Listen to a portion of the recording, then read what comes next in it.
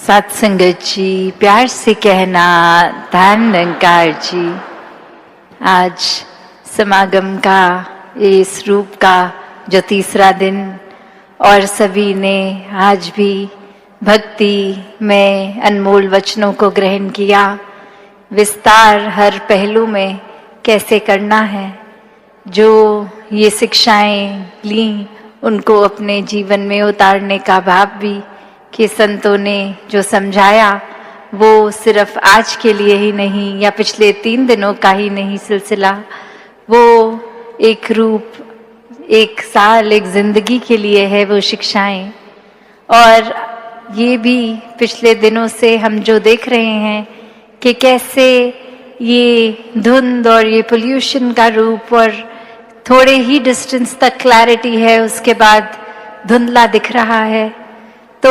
ध्यान ऐसे ही गया कि कैसे ये धुंध को भी अक्सर वहम हो जाता है कि इसका इतना विस्तार है कि ये हर जगह है, और संसारिक रूप में या किसी सड़क में या कहीं पे भी एक जब धुंध दिखती है तो आगे वो रास्ता नहीं दिखता। फिर ये भी पता नहीं होता कि आगे रास्ता है या वो एक डेड एंड है। तो फिर भी एक ये अपने आप में धुंध को अगर गुमान ना जाए कि इतना विस्तार मेरा कि और हर जगह ही फैल गई हूँ, तो बस वो वर्षा आने की देर या हवा चलने की देर, कैसे वो धुंध भी छट जाती है। फिर तो बात वही, अगर हम आध्यात्मिक रूप में भी देखें कि कैसे एक ये पहलू भी कि हम एक ज्ञान तो ले लिया, ये रोशनी जीवन में आ गई, फिर भी अगर वहम भुलेखों के धुएं में ही हैं, तो फिर एक सच्चाई हाथ होने के बावजूद भी एक कुछ हासिल तो किया ही नहीं, एक गुमान में ही रहे कि अब तो ब्रह्म ज्ञान लेके हम निरंकारी हो गए हैं, एक मुक्ति के हकदार हो गए हैं। पर वहाँ खुद ही तो हमने एक नई बाइफिकेशन, एक और बायसनेस का चश्मा पहन लिया कि हम निरंकारी हैं और बाकी नहीं हैं। तो ये भी एक जो फाइन लाइन हम खुद ही एक भेदभाव के बना देते हैं। एक जहाँ पहले तो भेदभाव सिर्फ इंसान शायद जाति पाति के आधार पे बनाता था,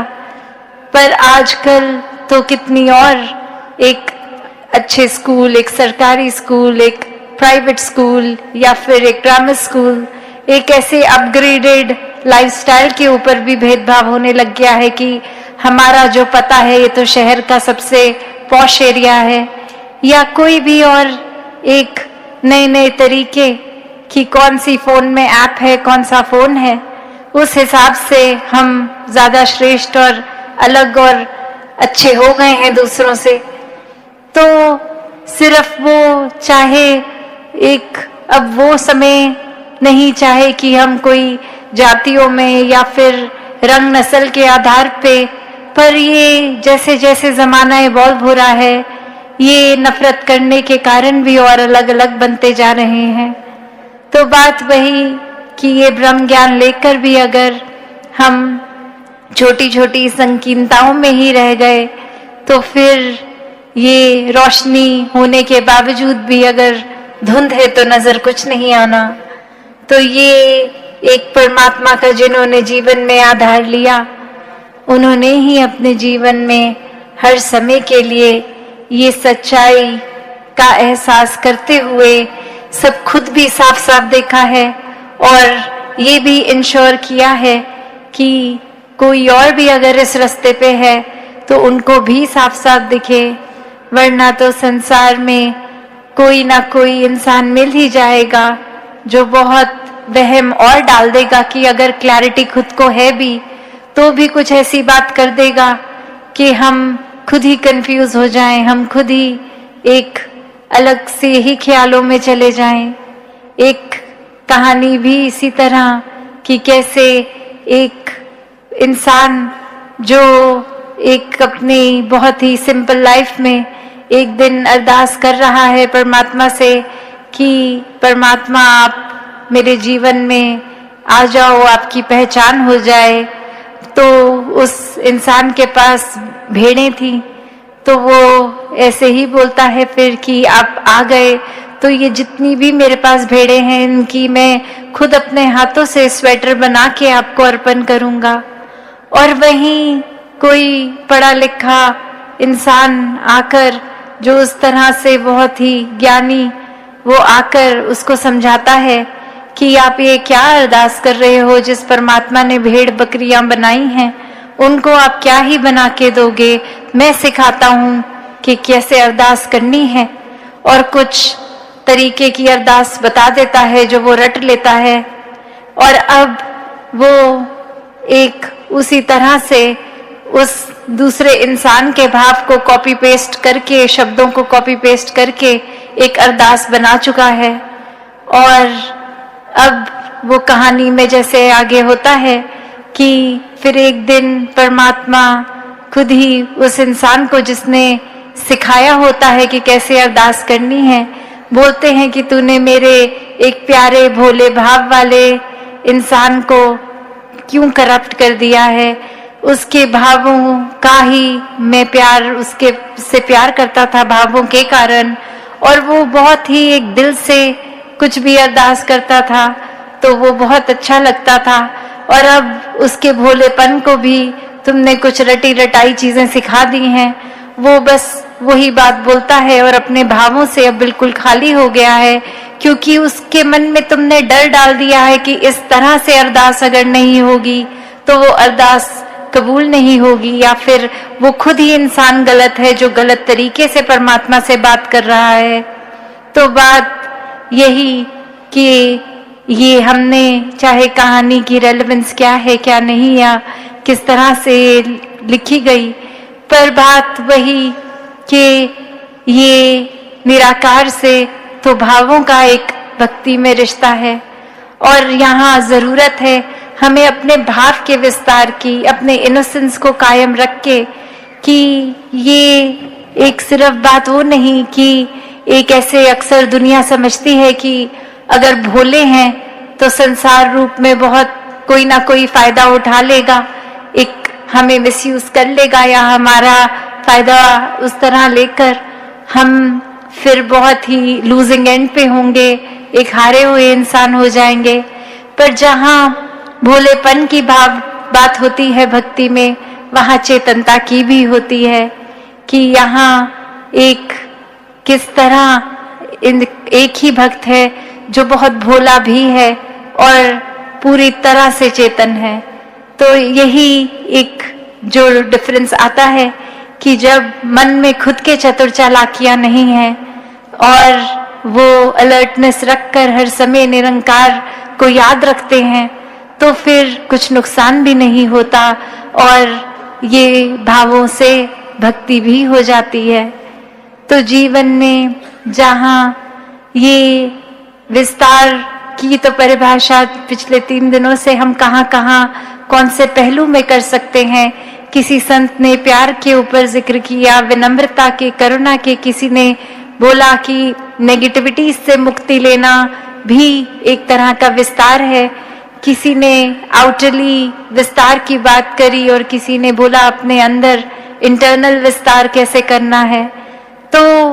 ये और भी जितने पहलू जोड़ दिए जाएं, ये विस्तार को करना ही असीम की तरफ है, और ये परमात्मा असीम है, इसका कोई अंत नहीं है। तो जब जो भी चीज इसके साथ जोड़ेंगे वो अपने आप में ही असीम हो जाएगी। तो भाव सिर्फ यही कि जब ये ब्रह्म ज्ञान की समझ आ जाती है तो वहीं पे एक, जैसे दासी जिक्र कर रही थी, कि वो धुंध के कारण एक डेड एंड ना फील हो, एक ये ना लगे कि अब हमें सब कुछ आ गया है, और वहां से ये ब्रह्म ज्ञान से ही ये जर्नी शुरू किया जाए और ये असीम की ओर परमात्मा के साथ जुड़ के हर पॉजिटिव पहलू को और आगे से आगे बढ़ाते चले जाएं। जहां तक एक ह्यूमन कैपेसिटी है, परमात्मा को जब शामिल कर लिया तो कुछ वो कैपेसिटी भी फिर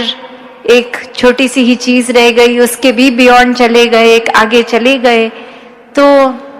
ऐसा विस्तार हर पहलू में पॉजिटिविटी लेकर हर कोई करता चला जाए तो समय तो अपनी सीमा से एक आगे बढ़ ही रहा है। तो बस यही भाव थे कि सभी अपने शहरों से या उससे पहले भी एडवांस सेवा में भी आए, अभी वाइंड अप सेवा तक भी रुकेंगे। और कैसे चाहे ओस इतनी पड़ी, ठंड इतनी पड़ी, टेंट जैसे भी थे उसमें सर्दी भी लगी होगी हवा से और वो गीलापन भी, साथ में सबके बुजुर्ग और बच्चे और किसी की कैसी हेल्थ कंडीशन, ये एक इस समय पोल्यूशन लेवल भी ऐसा कि शायद सांस भी ठीक से नहीं आ रही, तो भी किसी के भाव में कमी नहीं आई कि ये भक्ति करने, ये संतों के वचन सुनने, यहाँ समागम करने अपने दूर दूर शहरों से भी आ पहुंचे हैं। एक यही भाव रख के कि और संगत के साथ मिलकर जब ये समागम होगा तो हमारे जीवन में भक्ति का विस्तार होगा। तो ऐसे ही भाव महान है। और ये भी देखा गया कि चाहे नमस्कार की लाइनों में ये अपने टेंट से जब सब आते हैं तो चाहे 3 दिन लग गए, किसी किसी को तो मौका भी नहीं लग पाया, या कोई लाइन में लग के भी कुछ 4 घंटे फिर भी एक अपने टेंट की ओर ही जाना पड़ा, क्योंकि अंदर जब तक आए संगत खत्म हो चुकी थी। तो फिर यही बात ऐसा सोच के दासी जब घर पे एक पारिवारिक रूप में जिक्र कर रही थी राजपिता जी के साथ कि ये लाइनें, ये कतारें तो शायद अगले साल अगर सोचते भी हैं बढ़ाने की तो भी ये अगर बढ़ जाए, एक और ऐड हो जाए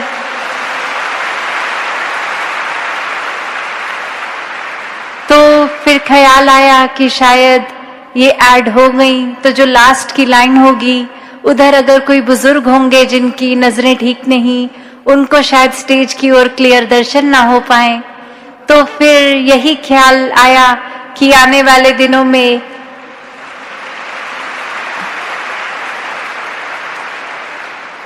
आने वाले समागमों में जल्द ही जैसे सबब बनता है तो समागम का एक दिन और बढ़ा दिया जाए।